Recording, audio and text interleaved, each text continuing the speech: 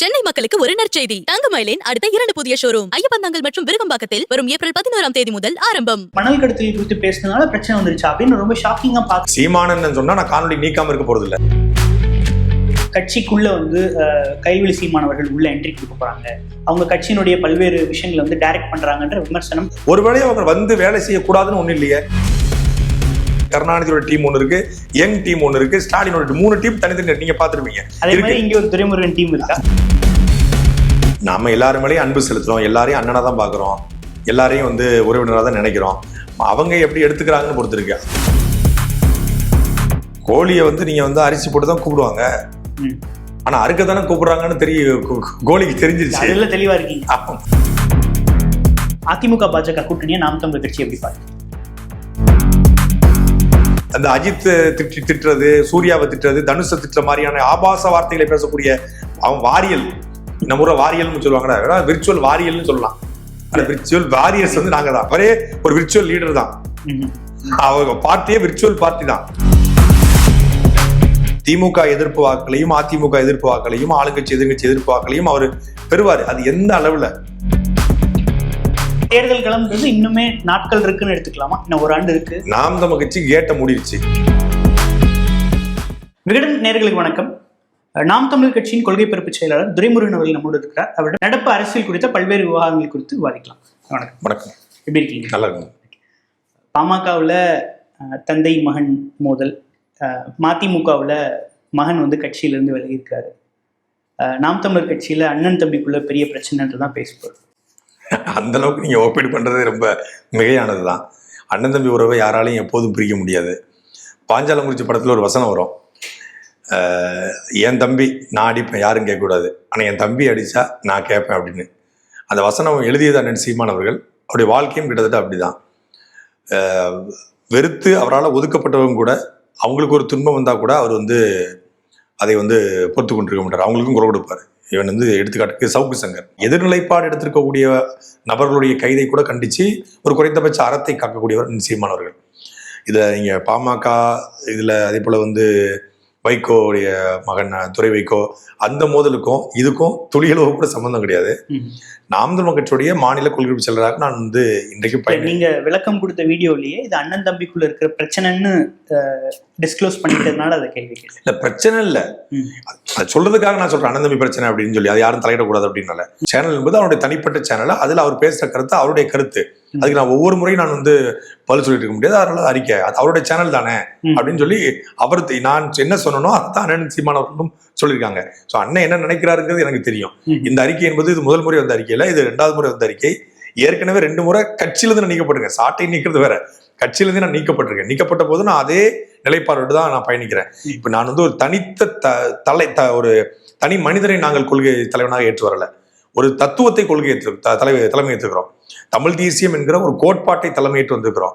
இப்ப என்னுடைய பிரச்சனை ஒரு பெரிய பிரச்சனை. எல்லா கட்சியிலுமே எல்லா நபர்களுக்கும் சின்ன சின்ன முரண்களும் சின்ன சின்ன இருக்கத்தான் செய்யும். அது யாருமே 100 விழுக்காடு பெர்ஃபெக்ஷனோட 100 விழுக்காடு இருப்பாங்கன்னு சொல்ல முடியாது. ஆனா நமக்கு என்ன பிரச்சனை இருக்கு, ஏன்னா நம்ம இனத்துக்கு என்ன பிரச்சனை, இப்ப தமிழ்நாட்டினுடைய பிரச்சனை என்ன, அதுதான் நீங்க பேசும் பொருளா மாத்தணும். ஆனா கட்சியினுடைய கொள்கை பரப்பு செயலாளர் நடத்துற ஒரு சேனலுக்கும் நமக்கும் சம்பந்தம் இல்லை அப்படின்னு அறிவிப்பு வரும்போது தொண்டர்கள் மத்தியில என்ன நடந்துச்சுன்னே தெரியல. திடீர்னு ஒரு விளக்கம், ஒரு விளக்க கடிதம் கொடுக்குறாங்க. பிரச்சனை எதுக்காக அந்த அறிக்கை வந்துச்சுன்ற தெளிவே இல்லாம அது தேவையில்லைங்கிறேன். அது எதுக்காகவும் வந்திருக்கலாம்.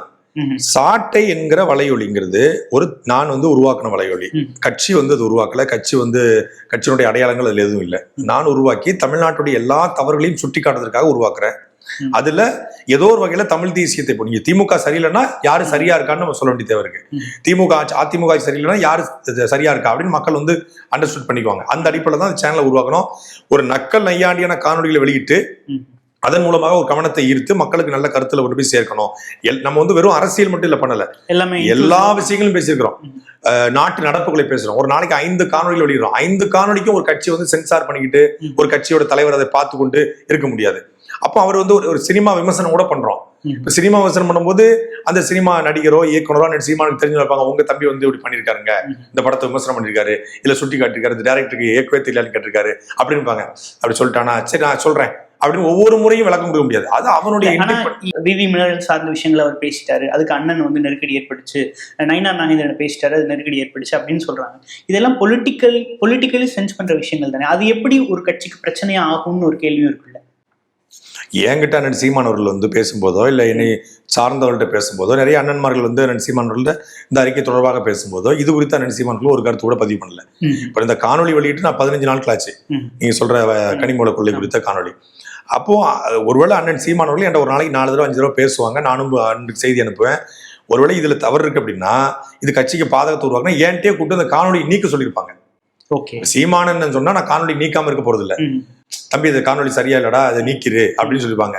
மேடையில நான் வந்து கனிமூல கொள்ளை குறித்து தொடர்ச்சியா பேசும்போதெல்லாம் சீமான் ஒண்ணும் சொல்றது இல்லையே. அது என்னுடைய எல்லா காணொலிகளும் சில காணொலிகள் நான் சீமானவர்களும் பார்ப்பாங்க, நான் சிலதை அனுப்பிச்சு விடுவேன், பார்ப்பாங்க, இல்லை வேற யாரும் அனுப்புவாங்க. அதுல எந்த கருத்துமே ஒரு பதிவு பண்ணல.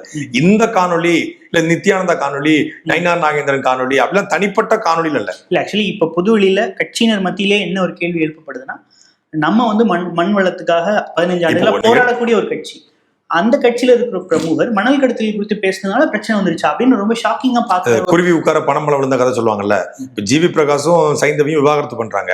அந்த நேரத்துல ஜிவி பிரகாஷ் வந்து ஒரு நடிகையோடு நடிக்கிறாரு. அந்த நடிகையோடு நடிச்சு ஒரு படம் வெளிவருது. அந்த நடிகையோட ஜிவி பிரகாஷ் இருந்ததுனாலதான் அந்த விவாகரத்து அப்படின்னு எப்படி சொன்னது எவ்வளவு தவறா இருக்குமோ அப்படித்தான் இந்த ஒரு வார காணொலியை வைத்துக் கொண்டு நீங்க சாட்டியோட நீக்கத்தை பார்ப்பது. இது தொடர்ச்சியா நம்ம வந்து காணொலி ஒரு நாளைக்கு 5 காணொலி வெளியிடுறோம். இது இன்னைக்கு நேத்து நடந்த விஷயம் கிடையாது. நீங்க ஒரு வாரத்தை எடுத்து வச்சு பாக்குறீங்க, இதனால இருக்குமா அதனால அப்படிலாம் கிடையாது. எனக்கு தெரியல, என்னுடைய மனசாட்சிக்கு தெரியும். நான் டிரான்ஸ்பரண்டா தான் பேசுறேன், நான் மறைச்சு ஒளிச்சு பேச வேண்டிய அவசியமோ தேவையோ கிடையாது. அதனாலதான் அண்ணன் சீமானவர்களும் வெளிப்படையா சொல்லிட்டாங்க, நானும் அதை சொல்றேன். எங்க 2 பேருக்குள்ள எந்த பிரச்சனையும் இல்லையே. நீங்க சொல்றதுல இருந்து உங்களுக்கும் தலைமை ஒருங்கிணைப்பாளர் சீமானவர்களுக்கும் முரண் இல்லைன்னு புரிஞ்சுக்க முடியுது. அது வேறு நபர்கள் இருக்கிறத நம்ம டேக்கவே எடுத்துக்கலாமா? ஒரு கட்சியில இப்ப நீங்க திமுக எடுத்துக்கோங்க, திருச்சியில KN அவர்களுக்கும் அன்பில் மகேஷ் பொய்யாமொழி அவர்களுக்கும் சின்ன முரண் இருக்கிறது நம்ம எல்லாரும் பார்க்க முடியும், பதாகையிலே வெளிப்படுத்துவாங்க. திருச்சி சிவா அவர்களுக்கும் KN அவர்களுக்கும் ஆகாதுங்கிறது அடிதடியிலேயே நம்ம பார்த்தோம். எப்போதுமே வந்து திருச்சி திமுகவுக்குள்ள இன்னைக்கும் கனிமொழி டீம், உதயநிதி டீம் இருக்கு, சபரீசன் டீம் இருக்கு, துரைமுருகன் டீம் இருக்கு, பழைய செட்டு பழைய டீம் ஐயா கலைஞர் கருணாநிதியோட டீம் ஒன்று இருக்கு, யங் டீம் ஒன்று இருக்கு, ஸ்டாலினோட 3 டீம் தனித்தனி நீங்க பாத்துருப்பீங்க. இங்க ஒரு துரைமுருகன் டீம் இருக்கா? துரைமுருகன் டீம்லாம் ஒண்ணும் கிடையாது. நான் யாரையுமே எப்போதுமே வந்து எனக்கான ஆளு உருவாக்குறத விட என் கட்சிக்கான ஆளா தான் நான் உருவாக்குவேன். எனக்கு ஒரு சின்ன ஒருத்தர் வந்து ஒரு ஸ்பான்சர் பண்றாங்க, இல்ல யாராவது எனக்கு வந்து உதவி செய்ய விரும்புறா கூட நான் சீமானுக்கு தான் நான் சொல்லுவேன், நீங்க கட்சிக்கு செய்யுங்க அப்படின்னு சொல்லுவேன். நான் எனக்கான ஆளு தேட வந்தவங்க கிடையாது. இந்த அறிக்கையை வைத்துக் கொண்டு நான் வந்து கட்சியின் மீதோ அண்ணன் சீமான் மீதோ இல்ல யாராவது சொல்லியிருப்பாங்க. உங்களுக்கு நான் வெளிப்படையா உங்ககிட்ட சொல்றேன் தம்பி, அண்ணன் சீமான் அவர்களை யாராலும் இயக்க முடியாது. யாரு சொல்லியும் அவர் கேட்க மாட்டாரு. யாரு சொல்றதையாவது அவர் கேட்டிருந்தா அவர் 2016 கூட்டணிக்கு போயிருப்பாரு. பேச்சு யார் பேச்சாவது கேட்கிறவரா இருந்திருந்தா இவர் பேச்ச கேட்பாருங்க அப்படின்னா 21 கூட்டணி போயிருப்பாரு. கட்சியை வந்து என்னைக்கோ கொண்டு போய் யார்ட்டையோ அடகமானம் வச்சுட்டு அவர் நல்ல சொபஸ்டிகேட்டான வாழ்க்கைக்கு போயிருப்பாரு. அவர் யாரு தான் என்ன முடிவு, அந்த முடிவை அவர் தீர்க்கமா எடுப்பார். இல்ல பொதுவா அரசியல் தலைவர்களை இன்ஃபுளுன்ஸ் பண்ற விஷயம்ன்றது எல்லா கட்சியிலயுமே இருக்கக்கூடிய, உங்களுக்குள்ள கட்சிக்குள்ள உள்முறைகள் நீங்க வந்து பலர் மத்தியில வெறுப்பை சம்பாதிச்சு வச்சிருக்கீங்க அப்படிலாம் சொல்றாங்க. நம்ம எல்லாருமேலையும் அன்பு செலுத்துறோம், எல்லாரையும் அண்ணனா தான் பாக்குறோம், எல்லாரையும் வந்து உறவினராக தான் நினைக்கிறோம். அவங்க எப்படி எடுத்துக்கிறாங்கன்னு பொறுத்து இருக்கு. அப்படி அவங்க அடுத்தவங்களாம் சொல்லி அண்ணன் சீமானவர்கள் கேட்க மாட்டாங்க அப்படிங்கிறதா என்னுடைய நம்பிக்கை. ஒரு கட்சியில ஒரு நடவடிக்கை எடுக்கிறோம் அப்படின்னா நடவடிக்கை எடுக்கிறதுக்கு முன்னாடி சம்பந்தப்பட்டவர்கள்ட்ட விளக்கம் கேட்கறதுன்றது ஒரு படிநிலை. அது நடந்துச்சா? அப்படியான பேச்சுவார்த்தைகள் போச்சா? அண்ணன் சீமானவர்களுக்கு வந்து வேணும் அப்படின்னா விளக்கம் கேட்பாரு. ஓகே, வேண்டான்னு முடிவெடுத்துட்டா விளக்கம் கேட்க மாட்டாரு. இதுக்கு விளக்கம் கேட்கலன்னு சொல்ல வரீங்களா? என்கிட்ட கேட்டாங்க, அப்ப நான் வேணும் தானே அர்த்தம்.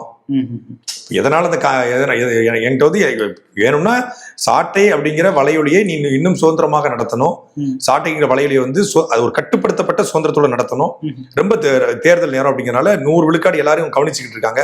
அது இல்லாம கூடவே நிக்கிற ஆட்கள் வந்து கூட பயணிக்கிற ஆட்கள் வந்து ஒவ்வொரு கருத்தும் அது கட்சியின் கருத்தா மாறும் அப்படிங்கிறனால ரொம்ப கவனமா கொண்டு போகணும் அப்படிங்கிறது. அதனால இப்ப கவனமா யோசிச்சு நம்ம ஒவ்வொரு காணொலியும் போட வேண்டிய தேவை. இந்த அறிவிப்புக்கு அப்புறம் நீங்க உங்களுடைய செயல்பாடுகளை வந்து மாற்றி அமைச்சதுக்கான பிளான்ல இருக்கீங்களா? தமிழ் தேசியத்திற்கும் நாம் தமிழ் கட்சிக்கும் சீமானுக்கும் எந்த வகையிலும் இடையூறு வராத அளவுக்கு நான் பண்ணணும் அப்படிங்கிறது என்னுடைய திட்டம். தலைமை ஒருங்கிணைப்பாளர் சீமான் அவர்கள் பாஜக வளர்ந்துருச்சுன்ற தொனியில ஒரு மேடையில பேசுறாங்க, அண்ணாமலை அவர்களை வாழ்த்தி பேசுறாங்க. அப்படி இருக்கும்போது நீங்க நயினார் நாகேந்திரனை வாழ்த்தி பேசுறது தவறொன்றும் இல்லைதான்? அப்படி கிடையாது. அது அப்படி நம்ம அதை எடுத்துக்க முடியாது. அண்ணாமலை அவர்களே வாழ்த்தி பேசுறாருந்தா அண்ணாமலை வந்த பிறகு பாஜக தமிழ்நாட்டுல வளர்ந்திருக்கா இல்லையா அப்படிங்கிற கேள்வியா ரெண்டு சீமானவர் வைக்கிறாங்க. யதார்த்தத்தை நம்ம புரிஞ்சுக்கணும். 2021 முன்னாடி தமிழ்நாடு பாஜக எப்படி இருந்தது, இப்போது தமிழ்நாடு பாஜக எப்படி இருக்கு, ஒரு உண்மைன்னு ஒண்ணு இருக்குல்ல, அது வளர்ந்திருக்கு. ஆனா வளரக்கூடாதுங்கிறத எல்லாருடைய விருப்பம். பாஜக ஒட்டுமொத்தமான மனித குலத்தின் எதிரின்னு தான் நம்ம பதிவு பண்றோம் பாஜக கட்சியை. பட் அண்ணாமலைங்கிற தனிப்பட்ட நபர் அவர் வந்த பிறகு தொடர்ச்சியான பத்திரிகையாளர் சந்திப்பு நடத்துறாரு. ஒரு தமிழனா இருக்காரு, ஒரு IPS பத்திய விட்டு போற ஒரு கிரேஸ் அவர் மேல உருவாயிருக்கு. அவருக்கு ஒரு கூட்டத்தை உருவாக்கி இருக்காருங்கிறது அண்ணன் சீமானுடைய கருத்து. நான் வந்து இப்ப நயினார் நாகேந்திரன் வந்தனால பாஜக வளர்ந்துரும், பாஜக ஓட்டு போடுங்க அப்படின்னு சொல்லல. நான் நேற்று கூட பாஜகவில் இணைகிறேனான்னு கேட்டு பல கேள்விகளை கேட்டிருக்கிறேன். பாஜக ஏன் இணையணும்? அப்ப அதுக்கு 1000 கேள்விகள் இருக்கு. நீ நாட்டில் இருக்கக்கூடிய அத்தனை அயோக்கியத்தனங்களுக்கும் பாஜகவும் ஒரு வகையில காரணம். இப்ப தமிழ்நாட்டுல 8 வழிச்சாலையா இருக்கட்டும், பரந்தூர் விமான நிலையமா இருக்கட்டும், மீனவருடைய படுகொலையா இருக்கட்டும், கட்சித்தீவு பிரச்சனை, எல்லாவற்றிலும் பாஜகவுக்கும் ஒரு பங்களிப்பு இருக்குது, நிலைப்பாடு இருக்குது. பாஜக நினைச்சா ஒரு நொடியில காவிரி பிரச்சனை தீர்க்க முடியும். பாஜக நினைத்தால் ஒரு நொடியில முல்லை பெரியார் பிரச்சனை தீர்க்க முடியும். 5 நிமிடத்துல சட்டசபையில ஒரு பெரிய தீர்மானத்தை போட்டு கச்சத்தீவை திருப்பி எடுக்கிறோம், இல்லைன்னா போர் தொடுப்போம் என்று மோடியால் அறிவிக்க முடியும். அவ்வளவு பவர் இருக்கு அவங்க கிட்ட. ஒரு பெரும்பான்மை பெற்ற இதா இருக்காங்க, அதிகாரத்தில் இருக்காங்க. அப்ப அதையெல்லாம் செய்யாம அவங்களும் இரட்டை வேடம் தான் போடுறாங்க. அப்போ அப்படிப்பட்ட கட்சி எதுக்கு தமிழ்நாட்டுக்கு தேவைங்கிறது தான் என்னுடைய தனிப்பட்ட பாஜகவின் மீது நிலைப்பாடு. அதே மாதிரி நித்யானந்தா ஒரு பெரிய பிரச்சனை இல்லைன்னு நீங்க நினைச்சாலுமே கூட அவர் ஒரு தேடப்படும் குற்றவாளியா இருக்காரு, அவரை தேடிக்கிட்டு இருக்காங்க, அவர் மேல பல்வேறு அலிகேஷன்ஸ் இருக்கு. அப்புறம் அப்படிப்பட்டவரை நம்ம சேனல்ல நம்ம எடுத்துட்டு வரணுமான்னு நீங்க ஏன் யோசிக்கலன்ற ஒரு கேள்வி இருக்கு. வரிச்சூர் செல்வத்தை வந்து என்கவுண்டர் பண்ண போறாங்கன்னு சொல்லி செய்தி வருது. வரிச்சூர் செல்வம் பத்திரிகையாளர் சந்திச்சிட்டு இருக்காரு. அந்த பத்திரிகையாளர் கூட்டி ஏன் வரிச்சூர் செல்வம் தேடப்படும் குற்றவாளியை போய் பேட்டி எடுத்துன்னு கேட்டீங்களா நீங்க? இல்ல இது ஒன்னா இருக்குமான்னு தெரியல. இது வந்து லைவ்ல வரிச்சூர் செல்வத்தை என்கவுண்டர் பண்ண போறாங்க அப்படின்னு செய்தியில் வந்து கொண்டிருக்கும் போதே அவர் பத்திரிகையாளர் சந்திப்பை நடத்திக்கிட்டு இருக்காரு. தமிழ்நாட்டுல ஊழல் குற்றம் சாட்டப்பட்ட நபர்கள் தமிழ்நாட்டுல அமைச்சராகவே இருக்காங்க. பல்வேறு கொலை குற்றத்தில் ஈடுபட்டவங்க கூட தமிழ்நாட்டுல ஆக்டிவான பாலிடிக்ஸ்ல ஈடுபட்டு தான் இருக்காங்க. நித்யானந்தா தேடப்படும் குற்றவாளினா இன்டர்போல வச்சு கைது பண்ணி அவரை ஜெயில போடல எனக்கு எந்த மாற்று கருத்தும் கிடையாது. அவர் நல்லவர் கெட்டவர் நான் ஜஸ்டிபிகேஷன் கொடுக்குறது நமக்கு இது இல்லை. அவர் வந்து குற்றவாளி இல்லைன்னா நான் சொல்ல கிடையாது. அவரை 1-to-1 நம்ம இன்டர்வியூ எடுக்கல, அவர்கிட்ட பேசவும் இல்லை. வாட்ஸ்அப்ல கேள்விகள் அனுப்பணும், அந்த கேள்விகளுக்கு அவங்க பதில் சொல்லியிருக்காங்க. அவ்வளவுதான். இப்ப வைகுண்டராஜன் அவர்கள் பத்தியும் அந்த தாதுமணல் விவகாரங்கள் பத்தியும் ரொம்ப முன்னாடியே நீங்களே உங்க காணல சொன்ன மாதிரி 2013 இருந்து அந்த விஷயம் இருக்கு. ஆனா இப்பதான் நீங்க முதல்ல பேசுறீங்க. அப்ப இதுக்கு ஒரு பின்னணி இருக்குன்னு சில கருத்துகள் முன்வைக்கப்படுது. உண்மையிலே சொல்ல போனா வைகுண்டராஜன் அவர்களை பற்றி பேசணும் அப்படிங்கிற என்னுடைய இன்ஸ்பிரேஷன் வந்து விகடனுடைய அட்டைப்படத்தை பார்த்த பிறகுதான். விகடன்ல ஒரு அட்டைப்படம் வருது, வைகுண்டராஜன் வந்து அந்த மணல் இருக்க மாதிரி. அதுக்கப்புறம் அதை பேசணும்னு நினைச்சிருந்தா அதுக்கான நேரம் இல்லை. அன்னைக்கு வந்து CBI ரைடு வராங்க. இப்போ எந்த ரைடு வந்தாலும் நம்ம பேசுறோம். ஏவா வேலு வீட்டு ரைடோ, செந்தில் பாலாஜி வீட்டு ரைடு, ஜெகத்ராஜன் வீட்டு ரைடு, அன்னைக்கு KNR அவர்களுடைய வீட்டு ரைடு, எல்லா ரைடுமே அந்த ரைடுடைய பின்னணி என்ன, அவங்க எவ்வளவு சொத்து வச்சிருக்காங்க, எதுக்காக அந்த ரைடு வந்திருக்கு, அந்த வழக்கு இப்போ விட்ட வழக்கா பழைய வழக்கான்னு டீட்டெயில்டா பேசுறதுதான் நம்மளுடைய ஸ்டைலு. அந்த அடிப்படையில இந்த CBI ரைடுடைய பின்னணி என்ன. அப்ப 2013 ஆசிஸ் குமார் அப்படிங்கிற ஒரு மாவட்ட ஆட்சியர் வந்து ஃபேக்டரிக்கு சீல் வைக்கிறாரு. சீல் வச்ச ஃபேக்டரியை அவங்க இன்ஃபுளுன்ஸ் பண்ணி திருப்பி திறக்கிறாங்க. சீல் வச்ச ஃபேக்டரியில இருந்து மூட்டைகள்லாம் எடுத்து கொண்டு போய் வச்சு இல்லீகலா ஓட்டிருக்காங்க அப்படிங்கிறத டாக்குமெண்ட்ரியா நான் படிக்கிறேன். இது எல்லாமே சோசியல் மீடியால அவைலபிள் இருக்கக்கூடிய டேட்டா தான். எல்லாமே நீங்க புதுசா பேசும்போது அது புதுசாலாம் பேசல, எதுவும் நான் ஒன்னும் இன்வெஸ்டிகேஷன் ஜெர்னலிசம் பண்ணி கண்டுபிடிக்கல. 15 வருஷமா நீங்க 10 வருஷமா சேனல் நடத்துறீங்க அப்படின்னா முதல் அன்னைக்கு தான் பேசியிருக்காருன்னு சொல்றப்போ முதல்ல அன்னைக்கு தான் CBI ரைடு வந்திருக்கு. இதுக்கு முன்னாடி CBI ரைடு வரும்போது 2018 வந்திருக்கு. அன்னைக்கு நான் சேனல் வைக்கல. இப்ப எல்லாரும் என்ன 2009 ஈழப்போர் நடந்துட்டு இருக்கும்போது சாட்டை துறைமுறை எங்க போனாரு? நான் படிச்சுக்கிட்டு இருந்தேன்டா. 1986 புலிகள் வந்து அன்னைக்கு இருக்கும்போது குளத்தூர் மனிதனை காப்பாத்தினாரு, கோவை ராமகிருஷ்ணனை காப்பாத்தினாரு. அன்னைக்கு நீங்க என்ன, அன்னைக்கு நான் பிறக்கவே இல்லடா. இப்ப இன்னைக்கு ஏன் பேசுற, அன்னைக்கு ஏன் பேசல அப்படின்னா, அன்னைக்கு நான் சேனல் ஆரம்பிக்கல, இன்னைக்கு CBI ரைடு வருது ஏன்னு நான் தேட ஆரம்பிக்கிறேன். இப்பதான் நம்ம கனிமூல கொள்ளைகள் குறித்து தொடர்ச்சியாக பேசியிருக்கும் போது அந்த தகவல் கிடைக்குது. சோர்ஸ் நமக்கு சொல்றாங்க அவர் இன்னும் லைவா நடத்திக்கிட்டு இருக்காரு, அரிமா மினரல்ஸ் சொல்லி ஹைதராபாத்ல விசாகப்பட்டினத்துல நடந்துகிட்டு இருக்கு அப்படிங்கிற தகவல்லாம் வந்து இணையதளத்துல இருக்கு. அது கிடைக்கும் போது அதை எடுத்து பேசுறோம், அவ்வளவுதான். மணல் கடத்தல் புள்ளிகள் சார்ந்த விவகாரங்கள் நாம் தமிழர் கட்சி காப்பாதுன்ற போன்ற ஒரு நரேட்டிவ் செட் பண்றாங்க. அது பின்னாடி வாப்படைய தமிழ்நாட்டிலே அதிகமான கனிம வள கொள்ளைக்கு எதிரான ஆர்ப்பாட்டம் நடத்திய ஒரே ஒரு கட்சி நாம் தமிழர் கட்சி தான். கடந்த மாசம் கூட செங்கோட்டையில நான் தான் அந்த ஆர்ப்பாட்டத்தை நடத்தணும்னு நான் சொன்னேன். அந்த செங்கோட்டையில நான் ஆர்ப்பாட்டத்தை நடத்தணும்னு அப்படின்னு சொல்லும்போது என்ன உடனே ஏற்பாடு பண்ணுவாங்க. அப்போ தென்காசி பொறுப்பாளரை கூப்பிட்டு சொல்லி செங்கோட்டையில அந்த ஆர்ப்பாட்டத்தை நடத்துறோம். இப்படி தொடர்ச்சியா கனிம வள கொள்ளைக்கு எதிராக பேச போய் தான் நான் வந்து தக்கலையில கைது செய்யப்பட்டு சிறைப்படுத்தப்பட்டு அதன் தொடர்ச்சியா தான் குற்ற சட்டம் போடப்படுது. அதிமுக பாஜக கூட்டணியை நாம் தமிழர் கட்சி எப்படி பாருங்க? அது எதிர்பார்த்த ஒரு கூட்டணி தானே. இது ஒன்றும் வந்து புதிய கூட்டணி கிடையாது. 1998 பாஜக தமிழ்நாட்டுக்குள்ள வர முடியாதுங்கிற சூழ்நிலையில பாஜகவை அழைத்து வந்தது அதிமுக தான். அதற்கு பிறகு ஏற்பட்ட முறையில் அம்மையார் ஜெயலலிதா அவர்கள் வந்து ஒரு முடிவெடுத்து இனி பாஜக கூட்டணி இல்லைன்னு அறிவிக்கிறாங்க. திருப்பி மோடியா லேடியா அப்படிங்கிற ஒரு ஸ்டேட்மெண்ட் எடுத்து பெரிய ஒரு ஸ்ட்ராட்டஜி பண்ணாங்க. ஆனா எந்த அம்மையார் ஜெயலலிதாவுடைய மரணத்திற்கு பிறகு அதிமுக உடைவதற்கும் சசிகலா அவர்கள் கைதாவதற்கும் அதற்கு பிறகு அதிமுக இன்னைக்கு சின்ன துண்டு துண்டாக போய் எடப்பாடி பழனிசாமி ஒரு பெரிய லீடரா தமிழ்நாட்டில் காட்டப்பட்ட ஒரு பிம்பம் வந்து இன்னைக்கு வந்து தேய்வதற்கு காரணமா இருந்ததோ அந்த பாஜகவோடு மீண்டும் அதிமுக சேர்ந்திருக்கிறது. ஒரு கடைசி காலகட்டத்தில் அதிமுக இருக்கிறதா நான் பாக்குறேன் என்னுடைய அபிமானத்துல. இல்ல இப்ப பாஜக அதிமுக கூட்டணி உடைஞ்ச போது அது எடப்பாடியினுடைய துணிச்சல் அப்படின்னு நம்ம கட்சியினுடைய நிலைப்பாடாவே எடுத்தோம். ஆனா மீண்டும் அவங்க வந்து கூட்டணிக்கு இணைஞ்சிருக்கிறாங்க. பட் இப்ப கருத்து இல்லை அப்படின்னு சொல்றது ஒரு மாற்றமா பாக்குறாங்க. இல்ல அண்ணன் சீமான் என்ன சொல்றேன்னா அது பிஜேபியும் அதிமுகவும் சேருங்கிறது தெரிஞ்ச விஷயம் தான். அதுல வந்து புதுசா ஒண்ணு கருத்து சொல்றதுக்கு ஒண்ணும் கிடையாது அப்படின்னு. திமுக என்ன சொல்லுதுன்னா அதிமுக அழிந்து போகும், பாஜகவோட கூட்டணி சேர்ந்த கட்சியும் நினைச்சதா சரி. அது எல்லாமே தெரியுது. அதுல எனக்கு மாற்றுக்கிறது இல்லை. அதிமுக தன்னுடைய இறுதி காலத்துல இருக்கு அப்படிங்கிறத நம்மால் உணர முடிகிறது. இறுதி காலத்தில் இருப்பதனாலதான் சமரசம் செய்து கொண்டுதான் பாஜகவோட கூட்டணி வச்சிருக்காங்க. இது ஒரு சமரசம் செய்து கொள்ள கூட்டணி தான், ஒரு பொருந்தா கூட்டணி தான். தமிழ்நாட்டுக்கு எல்லா நாசகார திட்டங்களையும் கொண்டு வந்த பாஜகவோடு மீண்டும் இணைவதன் மூலமாக அதிமுக யானை தன் தலையில் மண்ணெள்ளி போட்டது போல மண்ணை எள்ளி போட்டுக்கிறது. மற்ற கூட்டணி கட்சிகள் வர முடியாத அளவுக்கு கதவை சாத்திருக்கு. 4 ஆண்டு காலத்துல தமிழ்நாட்டுல இவ்வளவு அநீதியில் நடந்தோம். தமிழ்நாட்டை புரட்டி போடுறமான போராட்டங்களை அதிமுக எங்கேயாவது முன்னெடுத்திருக்கிறதா? 1 கோடி தொண்டர்களை வைத்திருக்கக்கூடிய கட்சி சட்டசபையில வெளிநடப்பு செய்வது மட்டும்தான் அவருடைய இயல்பா இருக்கு. அதிமுகவுல முகம் தெரிந்து சமூக வலைதளங்களை ஆக்டிவா செயல்படக்கூடிய 10 பேர் பேரை சொல்லுங்க. இல்ல களம் தானே, சமூக வலைதளம் ரெண்டாவது. சமூக வலைதளத்துல சொல்றேன், களத்துக்கு நம்ம போக வேண்டாம். இப்ப நம்ம சோசியல் மீடியால நம்ம நீங்களும் ஆக்டிவா இருக்கீங்க, நானும் ஆக்டிவா இருக்கேன். களத்து கூட போகணும். களத்துல யாரு என்ன பண்ணிட்டு இருக்காங்க? கனிமவள கொள்ளையை கண்டிச்சு தமிழ்நாட்டில் போராட்டம் பண்ணியிருக்காங்களா? தமிழ்நாடு முழுக்க ஊழல் லஞ்சம் எதையாவது பேசுவதற்கான தகுதி முதல்ல இருக்கா? நீங்க வருமான வரி சோதனை, இந்த அமலாக்கத்துறை சோதனை வருது, அங்கேயும் வருது இங்கேயும் வருது. தமிழ்நாட்டு நீங்க கூடம்னா அவங்க 2 பேருக்கும் பங்களிப்பு இருக்கும். பரந்தூர்னா 2 பேருக்கும் 2019 அதிமுக கொண்டு வருது, இவங்க வந்து நீட்டிக்கிறாங்க. எதுலையுமே 2 பேருக்கும் பங்களிப்பு இருக்கு. கச்சத்தீவா, முல்லை பெரியாரா, காவிரியா, எதை பேசுறதுக்கு தகுதி இருக்கு? எதையுமே பேச முடியாது. எல்லாத்தையும் மௌனிச்சு தான் உட்காந்துருக்கணும். இன்னைக்கு அரசியல் விமர்சகர் எல்லாருமே சொல்ற ஒரு விஷயம், திமுகவை தோக்கடிக்கணும்னா இன்றைய சூழல்ல அது அதிமுகவால தான் முடியும்னு சொல்றாங்க. அதிமுக பாஜக போயிடுச்சு. இப்படி சொல்லிதாங்க ஒரு புதிய அணியை உருவாடாம தடுத்தாங்க. இப்படி சொல்லி இவர் வெல்ல மாட்டாரு, இவருக்கு 8 தான் இருக்கு. ஏன் 8 விழுக்காடு வாக்கு வைத்திருந்தவர்கள் உலகம் முழுமைக்கு நீங்க அரசியலை பாருங்க. பெரும் புரட்சி, பெரும் மாற்றங்கள்லாம் ரொம்ப சின்ன சின்ன அமைப்புகள் தான் பண்ணிருக்காங்க. அரவிந்த் கெஜ்ரிவால் ஜெயிப்பாருன்னு யாரும் நினைச்சு பார்க்கல, இப்ப தோப்பாருன்னு யாரும் நினைச்சு பார்க்கல. நீங்க வந்து எல் சாலுடார் அப்படின்னு ஒரு கண்ட்ரி இருக்கு, நீங்க படிச்சிருப்பீங்க. ஒரு சின்ன பார்ட்டி 2015 ஆரம்பிக்கிறாங்க. 2015 ஒரு சின்ன மேயர் தேர்தலில் ஜெயிக்கிறாங்க. ஜெயிச்சு 2019 ஜஸ்ட் ஒரு பார்டர்ல 53 விழுக்காடு வாக்குகளை வாங்கி அந்த கட்சி வெல்லுது.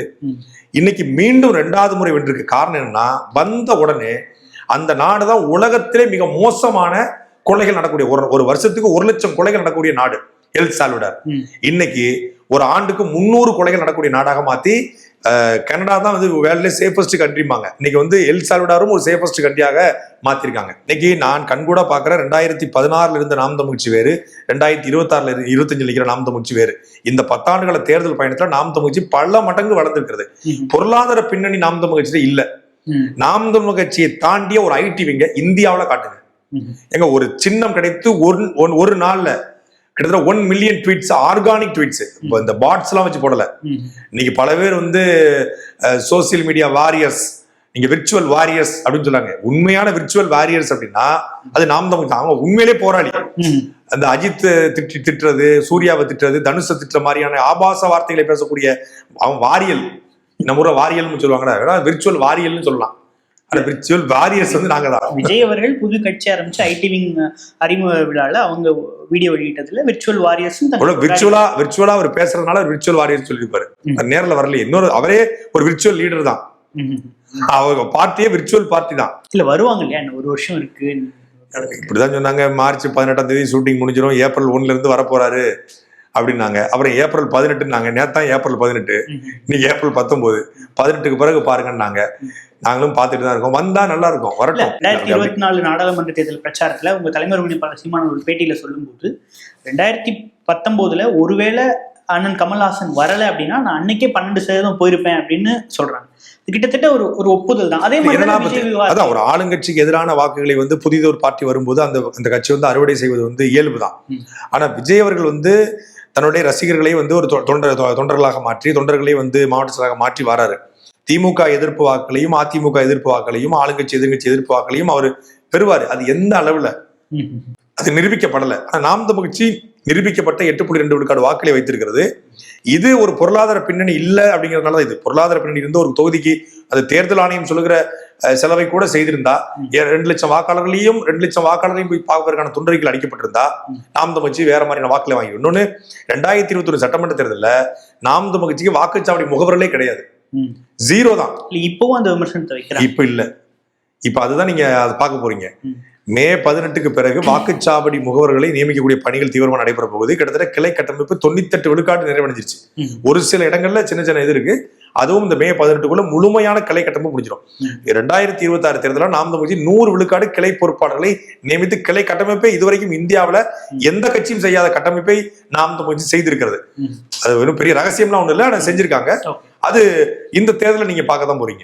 நீங்க பாஜக கூட்டணிக்கு போகலன்றத உறுதிப்பட தெரிவிச்சிட்டீங்க. ஆனா பாஜக தலைவர்கள் நாளும் பொழுது மீடியமா சீமா தேசியத்துக்கும் தமிழுக்கும் வித்தியாசம் இல்லை, சீமானை எங்களையும் பிரிக்க முடியாது, எங்களுடைய தீம் பார்ட்னர் அப்படின்னு வர்ற எந்த கமெண்ட்டுக்கும் நம்ம மறுப்பு தெரிவிக்கலன்றது கட்சியினர் மத்தியில் ஒரு குழப்பத்தை ஏற்படுத்தாது. இல்ல, ஒவ்வொன்றுக்கும் மறுப்பு தெரிவிக்கணும், ஒன்னொன்னுக்கு எதிர்ப்பு தெரிவிக்கணுங்கிற அவசியம் இல்லையே. இப்ப நம்மளே இருக்கிறோம், நம்மள பல பேர் காதலிக்கலாம், நம்ம யாரை காதலிக்கணும் சொல்றவங்க சாதாரண தலைவர்கள்.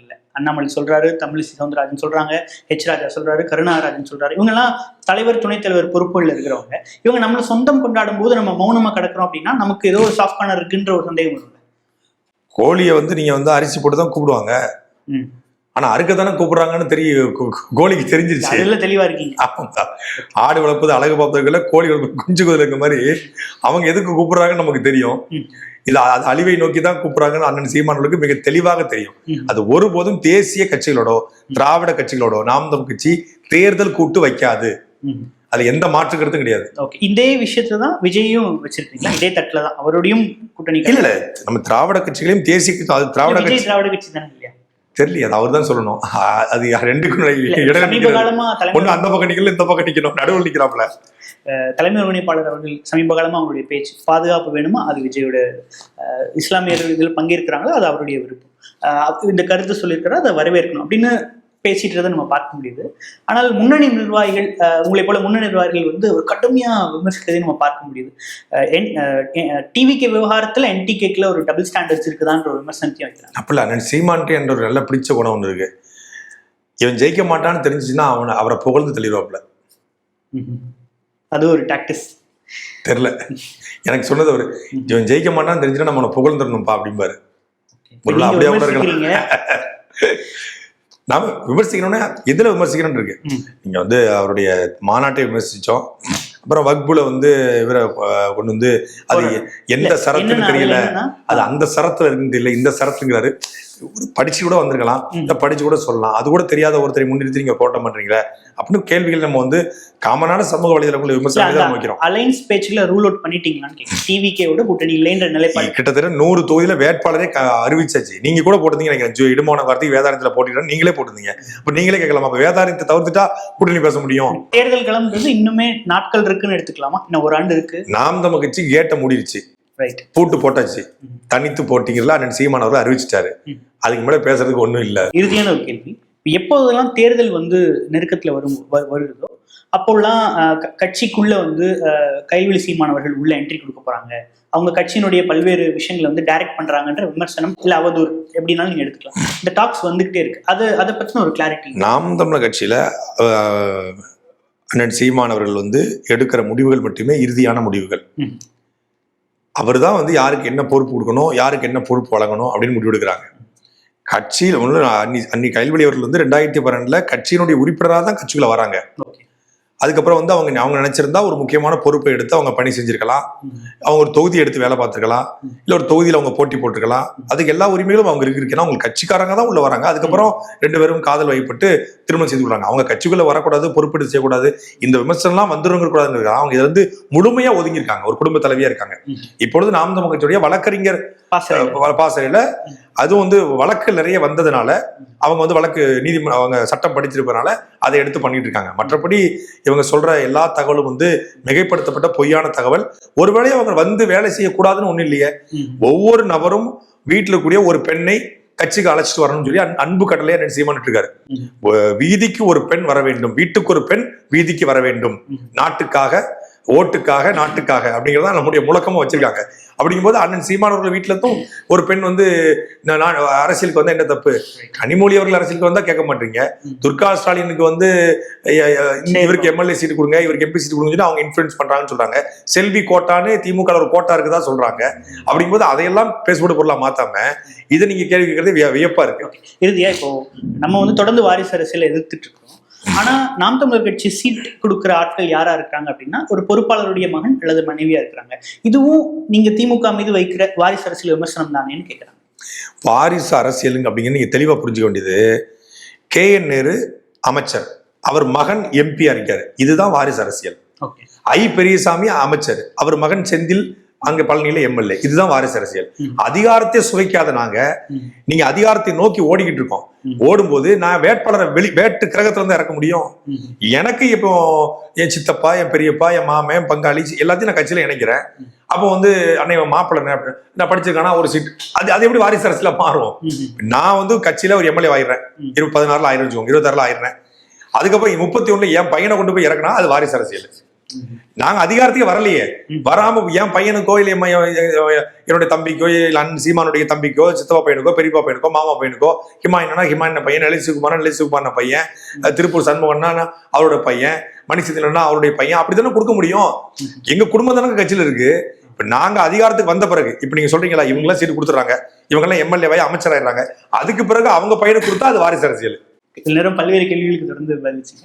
நேரம் கொடுத்தவங்க நன்றி. அழகுக்கு அழகு சேர்க்க புதியதோர் ஆரம்பம். மக்களின் நம்பிக்கையை பெற்ற தங்கமயில் இனி உங்களுக்கு மிக அருகாமையில். ஐயப்பந்தாங்கல் மற்றும் விருகம்பாக்கத்தில் கோலாகல துவக்கம் ஏப்ரல் 11ஆம் தேதி முதல்.